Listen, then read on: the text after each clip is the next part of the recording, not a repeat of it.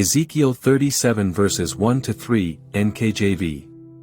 The hand of the Lord came upon me and brought me out in the spirit of the Lord, and set me down in the midst of the valley, and it was full of bones. Then he caused me to pass by them all around, and behold, there were very many in the open valley, and indeed they were very dry.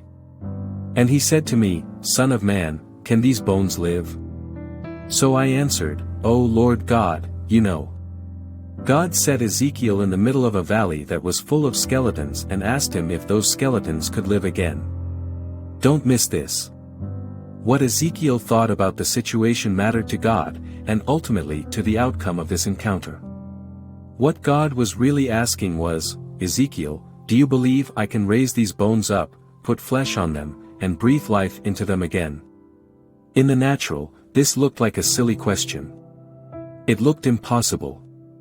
The situation looked too dire and final for anything to be done about it. Most people would have looked at those dead bones and said, No, Lord. The situation is hopeless.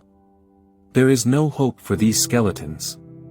They are too far gone. But Ezekiel believed God could, so he acted on what God told him to do, and by the end of verse 10, he had an exceedingly great army standing before him. Resurrected. Restored. Ready to fight for their God. You may be facing a situation that resembles a valley full of dead, dry bones. There is no hope in the natural. There is no hope from the doctors. But there is always hope from God.